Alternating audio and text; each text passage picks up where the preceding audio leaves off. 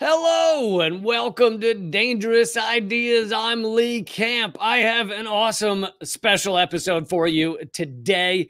As you probably know, especially with the assassination attempt on Donald Trump and with R.F.K. Jr. running for president, there's been a lot of renewed interest this year in what happened to R.F.K., to Robert Kennedy, his assassination back in 1968. And I'm going to speak right now with, I'd say the top scholar on this issue in our country, and she's written an incredible book, which I've had her on. I had her on Redacted tonight back in the day to talk about this and other topics as well. But I think it's a great topic to revisit. And the book is called A Lie Too Big to Fail. And please welcome Lisa Pease. Hey. Hi, Lee. Thank you for that introduction. Appreciate it. Absolutely. Yeah. It's good to see, obviously not for the best reasons, an assassination attempt, etc. But it is good to see people asking new questions, those who are coming to this issue for the first time. I mean, there's a lot of people in this country who, even I was born after the assassination of Robert Kennedy, but people who were born so long after it that it's barely even in the talking points of the public's memory. So it's good to see people kind of waking up to it. And I wanted to have you on for this reason and discuss this. But you had a good idea, which I appreciated, which was not to try and within half an hour go through the entirety of all the evidence about RFK's assassination and Sirhan, but to focus on kind of one pivotal element, which one key area. And I think that was a great idea so that we can have enough time to talk about it rather than jumping from thing to thing endlessly. And that area is the one that I had always been hung up on. I had not studied the topic that much, but I had kind of for a while rolled my eyes at the idea of, mind control or hypnotism being part of this plot and what went down. And I no longer roll my eyes at that. It seems very feasible to me. And so we're going to focus this half hour on that. But in order to do that, we should probably spend 1 minute just laying the basic facts of the RFK's assassination. Sure. For people who don't know the story, yeah. Robert Kennedy was running for president for the Democratic nomination. He had just lost the Oregon primary. It's the first primary Kennedy had ever lost. No. And so he came into California with a lot at stake. He needed a big win to propel him to the Democratic convention, which would follow shortly after. At that point, California was one of the last states. He did win the California primary. He went down. He was staying at the Ambassador Hotel, went to the ballroom there, the embassy ballroom, gave a nice speech about the importance of coming together. Everything he said there could be said in any presidential campaign. It's still true. After the speech, he had two options, and his team had set up two paths for him. One would have been to go downstairs to talk to the public victory party, because the upstairs was the private party, or he could go talk to the print media, as he always did at his campaign stops. He knew the television guys got all the juice, so to speak, from the other candidates, but he had once been a reporter, so he had sympathy for the print media. So as he went out the backstage door, he turned right, went down a little ramp, walked through these double doors into the pantry, and there were, by LAPD count, there were 77 people there. And I would say plus or minus a few, because I think there were a few more that were in there that weren't accounted for. But he stopped, shook hands with people. Sirhan pulls a gun from in front of Kennedy, fires directly at him. Kennedy throws up his hands and falls backwards. And turns out he was actually shot from behind at a distance of not more than an inch, even though Sirhan was about 3 feet in front of him. And Sirhan's first shot was open. They could see the powder burns on the back of the head. Yeah. Right. They could test it. Is that my right ear? Yeah, that's my right ear. Okay. Just want to be accurate. So obviously the people in the pantry, they saw Sirhan pull out a gun and fire, and no one knew what the autopsy report was going to reveal at that point. So everybody thought that was in the pantry that saw anything assumed Sirhan had killed Robert Kennedy. And of course, that's what the media breathlessly reported, and the police and everybody, closed ranks to say that was it, and that he was the only shooter and the only suspect, which we now know was completely not true. They actually apprehended 2 other people at the hotel that night, one of whom people thought had run from the pantry with a gun. So that's pretty interesting. And there were 6 different police suspects, only one of which was Sirhan on police radio. But the Inspector Powers got on the police radio and said, "Hey, look, we got Rayford Johnson. He said it was only one guy. We've got that one guy. Let's not get anybody started on a big conspiracy." Yeah, and police want to, with something that the entire nation's going to be paying attention to. They want to say we got our man immediately. They don't want it to Right. be murky and muddy and makes them look dumb. And so yelling "we got our man" the night of is great for them. Right, right, and it set the tone, because after that, anytime a policeman found evidence of conspiracy, it's easy to second guess and said, but Inspector Powers said we got our man, so I'm gonna just let that go." Right. And so that's the official story. Now, Yeah, yeah. and one last thing to just throw in here, besides all the eyewitness testimony and everything, is that uh, the bullets that are in evidence, there's a lot very clear are not the bullets that were fired, and in fact, there's 14 bullets that were fired, and his At gun least didn't. 13 for sure, Yeah. but in my book, I actually get up to about 16 or 17, based on the witness testimony. It's pretty shocking. There were a lot of And so bullets. even if you wanted to believe his gun was firing real bullets, that his gun doesn't hold that many bullets, so No, it doesn't add his up. gun held 8 bullets, and there's literally photographic evidence, of up to 12 bullets right there, 13 bullets actually, photographic evidence. There's also audio evidence of 13 bullets. I'm less a fan of the audio evidence. I think that's more subject to analysis, but the photos are very clear. There were at least 5 other bullets in the pantry. 4 were in the pantry doors where Kennedy had walked through, that set of double doors, and then 1 was at the stage door as Kennedy exited. Somebody might have tried to make a shot there. So anyway, it's an astonishing number of bullets. It's impossible for it to come from Sirhan's gun. He didn't have time to reload. Sirhan was captured literally on the second shot. There was a huge burly man, the maitre d, Carl Euchre, who was right there as Sirhan started to fire, and he put him in a headlock and moved his gun away from the crowd. And that's interesting too, because not only was Kennedy hit 4 times, but 5 other people were shot at least once each, and some of them were shot more than once. Like a bullet went through somebody's lower pant leg, and so the police just said, well, that bullet then ended up in somebody else's body. They made all the bullets Right, do double more magic. duty. They'd had such luck with the JFK magic bullet that they had more magic bullets. Yeah. Exactly, and shockingly, no one questioned that, or very few people did for years. So So, then if you're investigating this and you're saying what happened, and you immediately go, well, Sirhan did something that evening. I mean, everyone knows he pulled a gun. So then it becomes, well, what part of if it was a larger plan, what part of this plan was he? And he's still in prison. He's the only person who's ever been mhm, locked up for this. And mhm. what part of the plan was he? And how was he behaving, that night and in the days after? Right. And what level of guilt should we assign? Because Sirhan has always claimed credibly, even to the prosecutors, even to the police in the hours immediately after the assassination, he's claimed he doesn't remember the shooting in the pantry. And there's about 5 possible reasons for that.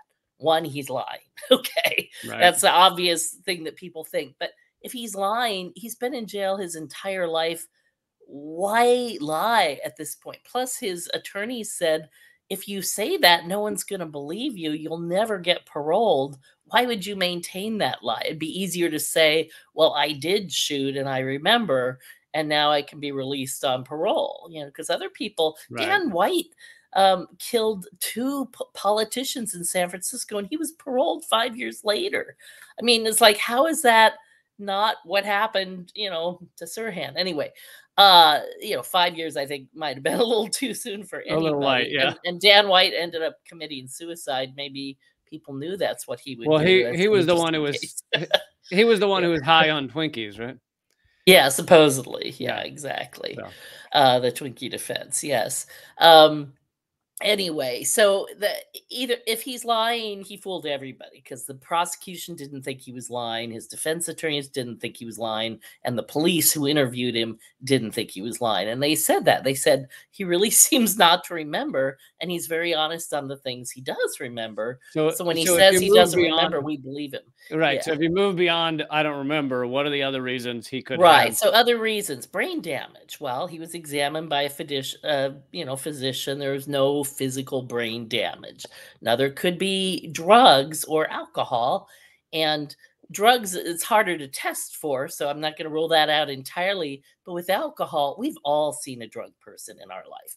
I think everyone above a certain age knows what that looks like and what it smells like, right?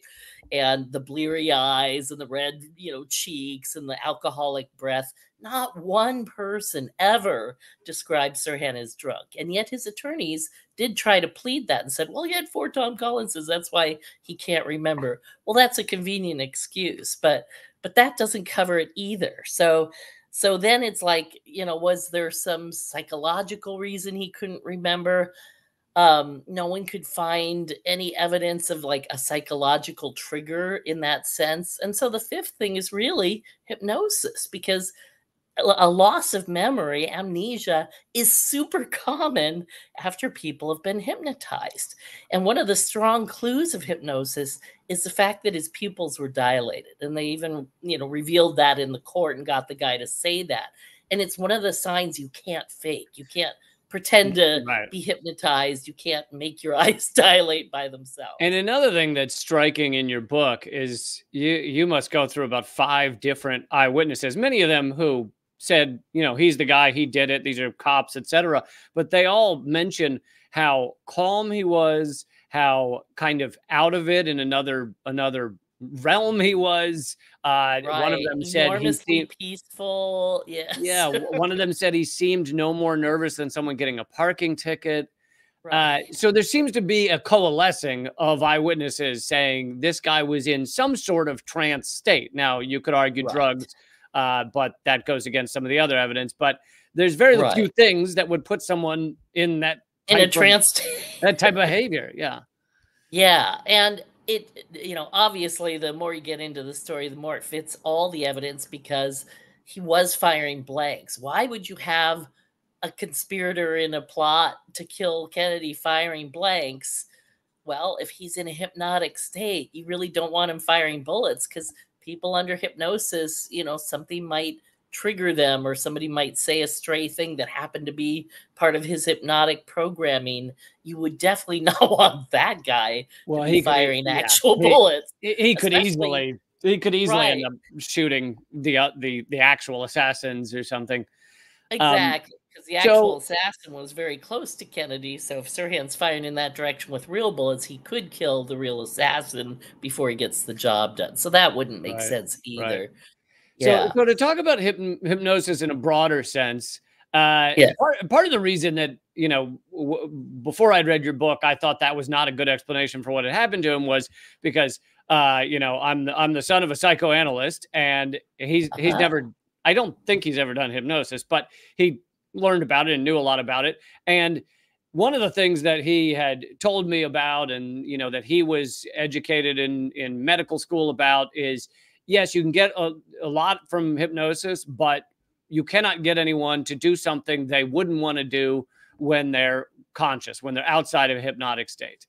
And you go through several examples in the literature and in Mhm. history of the opposite of people that have done things that is very much out of their nature. You go through at least 2, maybe 3 cases of someone actually murdering someone while in a hypnotic state. Yeah. And you extensively go through the fact that they might not be willing to just, you can't just say, go murder your mother and they'll do it. But you can put enough suggestions in there that their mother's not their mother or some other trick to make them commit the act. Right. And that's really the key is, yeah, you can't make somebody do something they wouldn't normally do, but you can change their reality and make them see things that aren't there and and believe things that aren't true.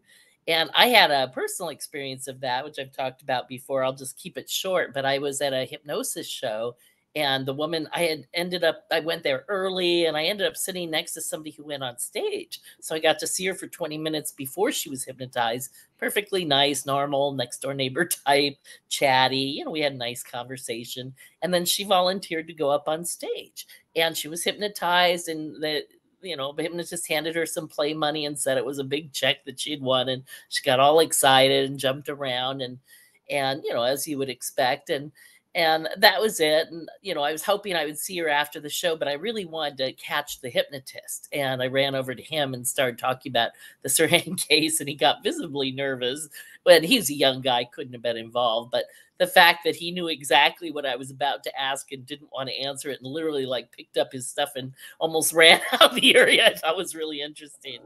But anyway, so the hypnotist has left the area. The crowds are clearing, and I'm looking around, see if I see anybody from the stage. And there's that woman that I had talked to, and she looked very distressed. So I went up to her, and it's like, "Hey, what's wrong?" And she's like, "Well, I have to give this back." And I'm like, "What's play money? I don't think he cares." And she goes, "No, it's a $25,000 check." And I kind of freaked out because she was literally seeing something that wasn't there. She was still hypnotized, and there was no sign of it. There was no sleepy, drowsy. We all have this image of, you're getting sleepy from the cartoons of our youth and stuff. It doesn't work like that, and people can be very normal in other aspects. But she was very distressed, and I tried to get her to see what was really there. I could not shake her of it.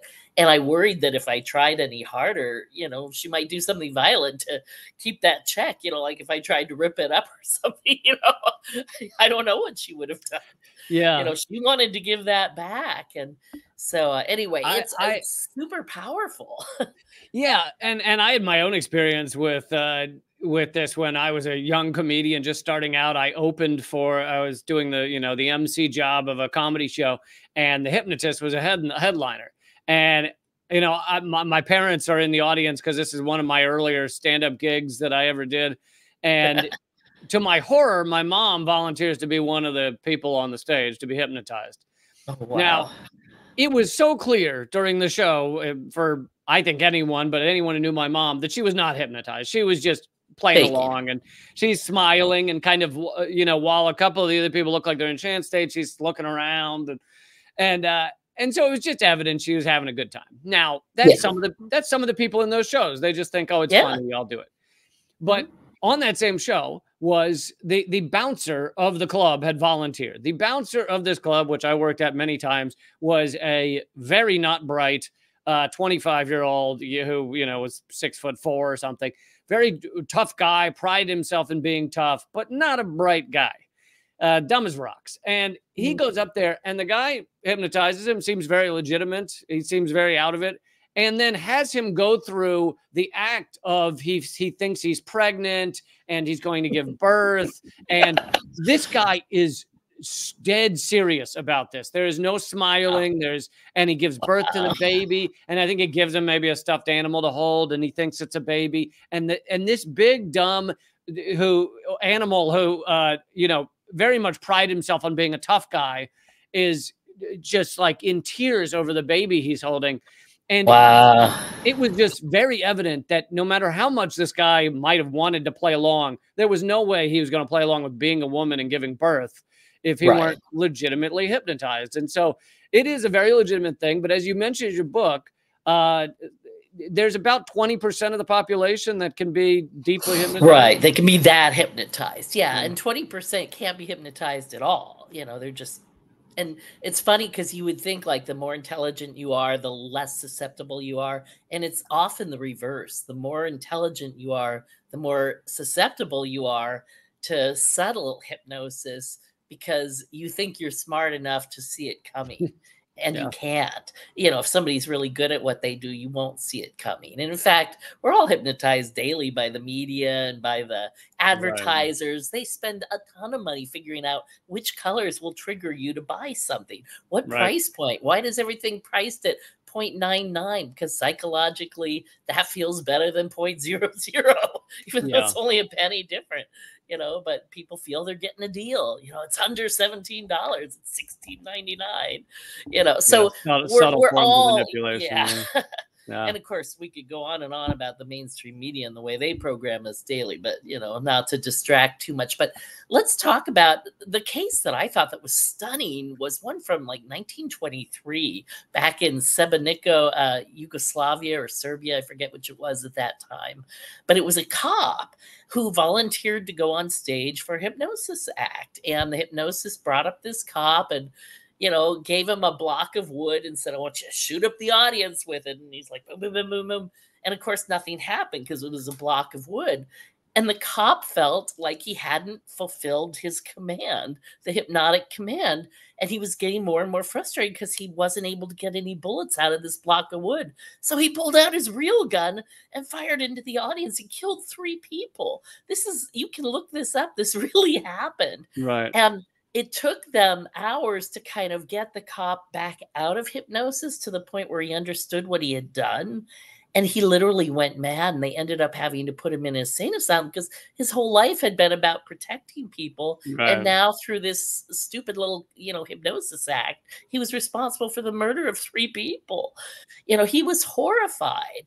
And I think part of the reason that this is covered up in general, I don't mean in R.F.K's case, but I mean in general about hypnosis is, one, it goes against what we believe is of ourselves, that we are all capable of having our own thoughts and nobody could tell me what to do.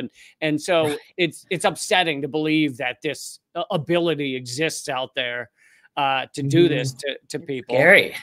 And another is that many hypnotists themselves, or those who are trained in it, there's many psychological professionals that might have been trained in it who are not necessarily hypnotists.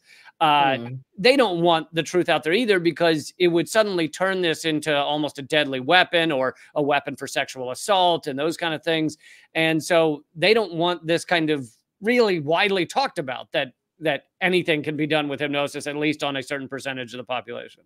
And worse, a lot of the I wouldn't say a lot of them, but some of the hypnotists themselves have been charged with sexual assault. And Right. One woman managed to tape, her session because she suspected something was happening, but she couldn't prove it because she had no memory because she was hypnotized each time.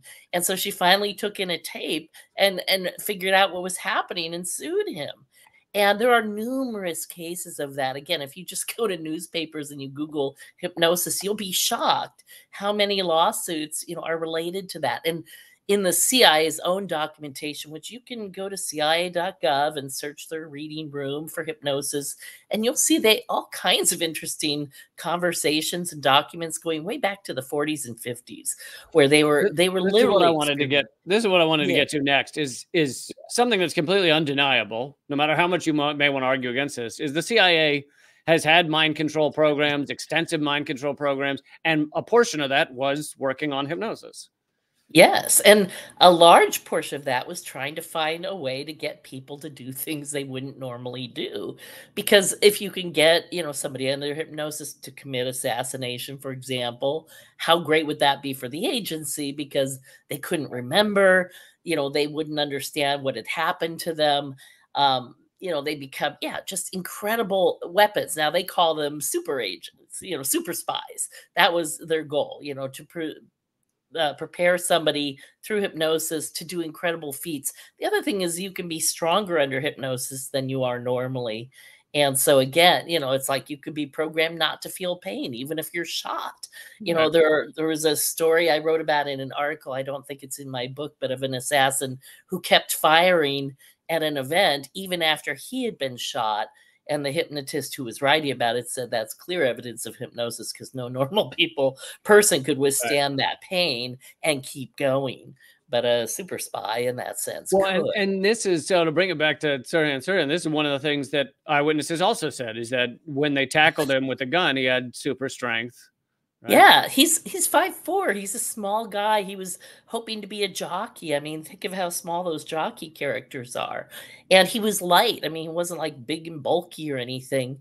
And yet he held off Rosie Greer trying to get the gun from his hand. He was able to keep it from Rosie Greer, a big football tackle for a long point. Former NFL. Yeah. Yeah, there were like 6 people on him trying to get him to give up the gun. I mean, they almost killed him. They almost choked him to death, and they almost broke his hand. And somehow his ankle did get twisted and sprained in the thing. But it took them a long time to literally pry the gun from his hand, because he had, and one of them even said that he had almost a superhuman strength. So that's more evidence of hypnosis. But what's interesting is there was a hypnotist brought in many years later, because if somebody is under hypnosis, then sometimes you can retrieve the memory through hypnosis of what was happened in the original hypnosis session. And so Dan Brown was brought in by Bill Pepper when he was representing Sirhan. He was given access to him over, for 60 hours over a couple of years. And he would go in and talk to him and very gently try and get Sirhan to remember, and, would put him other and take him back to the pantry. And interestingly, it was very hard for Sirhan to remember anything in the pantry, but he eventually, under Dan Brown, got to remember this much. He remembered seeing a girl in a polka dot dress who was to him, very sexy, and following her around like a puppy dog, hoping to get lucky. And at one point, she took him into the backstage area right behind where Kennedy was speaking. That's where the coffee urn was. It took me a long time to figure out where was the coffee urn, because that was the last thing he remembered, was pouring this girl a cup of coffee. Oh. And so I was like, where was the urn? Well, it was literally right behind the stage while Kennedy was speaking. And after that, Sirhan had no memory until the hypnosis. So then he remembered seeing a big man with a full face who pointed them to the pantry. I later found out that the big man with the full face was wearing a polka dot tie, as if the polka dot symbol was itself a trigger. Yeah. Darren Brown, who's a hypnotist and a mentalist who had an amazing show in the UK, is called The Experiments. And you can find some of these shows online, and I encourage people to watch them. But he based one on this case, on the Robert Kennedy assassination, and he used the polka dot pattern as the first level, because, and I've read this in other literature, that often when you do hypnosis, it's a 2-stage process. And if anybody saw the film The Manchurian Candidate, you understand that too.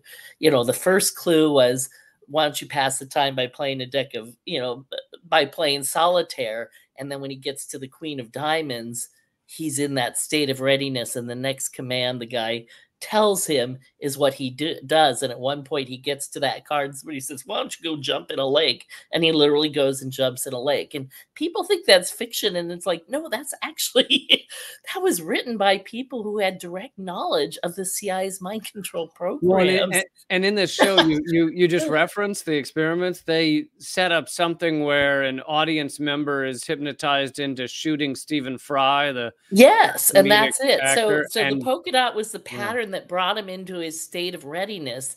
And a girl in a polka dot dress approaches him in the audience as he's watching Stephen Fry after 2 months of conditioning. And, he's handed a gun before the show and said, will you just hold this? It is a loaded gun. Be super careful with it. I don't want anything to happen to it, but I trust you. And I'm going to, have you deliver it to somebody after the show. So, the kid in his hypnotic state takes the gun in. And then this girl comes in with the polka dot dress, and that's his trigger. And then she whispers to him, the target is Stephen Fry. And the hypnotist had him touch his forehead, which was something just for the visual, so the audience could know, command received. So you see him touch his forehead. He gets out the gun, he stands up, and he literally fires at Stephen Fry, who's been wired with squibs, and falls down dead. And the kid in hypnosis has no reaction, which is like Sirhan. Right. He's perfectly calm because he's in an altered state. And and so they show him the video later, of course, and the kid's a little surprised, I really did that. So in these last few minutes, to put it all together, it seems highly likely that Sirhan is this kind of lost young man who's easily manipulatable. The CIA maybe starts kind of working with him, obviously not saying they're CIA. They find out he's but likely, but maybe they find out he's very hypnotizable. They then set him up on a path to basically pull a gun of blanks out in front of R.F.K. when the actual assassins start firing, so that everyone's attention goes directly to him, which creates a great distraction, but it also gives you the perfect patsy. Exactly, because he doesn't remember being set up or programmed in any way. And when Dan Brown was talking to him at the moment of the shooting, all Sirhan remembers is that girl in the polka dot dress pinched him a certain way. And then he's like, and suddenly I was back at the firing range. And I thought I was shooting at targets. And then all of a sudden I feel like I'm being choked. Even under hypnosis, he doesn't remember ever seeing Robert Kennedy. That is like not in his field of vision. It's like he's been programmed to see a target probably because he's a nice guy. And when his lawyers asked him, you know, what did you think the first time you saw Robert Kennedy? He said, I thought he was a saint. You know, it's like, that's the sad thing, is like politically it would have been his hero, you know, and yet through this hypnosis, he's just manipulated into being a patsy in the plot. And one quick note on that, there was a Korean plot to kill the half-brother of Kim Jong-un, and 2 women were brought in to do this, and they thought they were participating in TV stuff. They didn't even need hypnosis. They were kind of groomed and trained to do weird things on command at the airport, and each time they'd get $100. And so they were happy to keep doing it. And one time it was like, spray this guy with water and towel him off. Well, the girl wasn't told that the towel had nerve agent on it, and the guy was dead like within a few hours. And how guilty are they? They were literally tricked into assassinating this guy. And that's my argument with Sirhan. He was tricked into assassinating Kennedy. He didn't go there with the motive to kill Kennedy.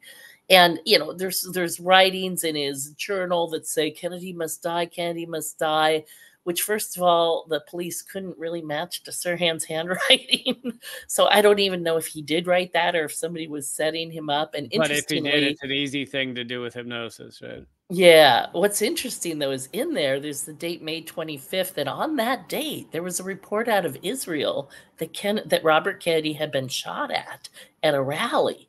And he hadn't been. It was a complete false report. But it's as if maybe there was a plot that day that didn't come off, and Sirhan was being framed for that. And then whatever reason, didn't happen, but no one told the Israelis, and they reported it dutifully that it had come off. So I thought that was super interesting. Wow.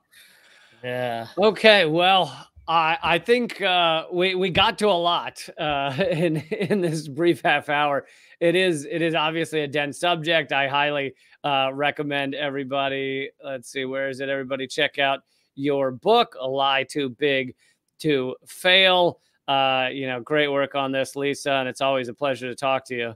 You too, Lee. Thank you so much. Thank you again. Okay. Bye-bye. All right, folks. Hope you enjoyed that. Obviously, an important topic, you know, about the assassination of R.F.K., which was kind of the last open end to the assassination of JFK. If you assassinate JFK, like the CIA did, then you have his brother coming to power, who is clearly going to get to the actual bottom of the investigation and go after the CIA. Well, you got to take him out too, and many other people, as they did as well. Mary Meyer, if you haven't read Mary's Mosaic, excellent book. I interviewed the author of that as well. Mary Meyer was JFK's mistress, who everyone knew. It was pretty open secret, but they felt she needed to be assassinated a year after JFK was killed, because she was talking too much about the CIA being involved. And yeah, just an important topic. And check out that book if you get a chance. And thanks again. Click share, click subscribe, click thumbs up, and keep fighting.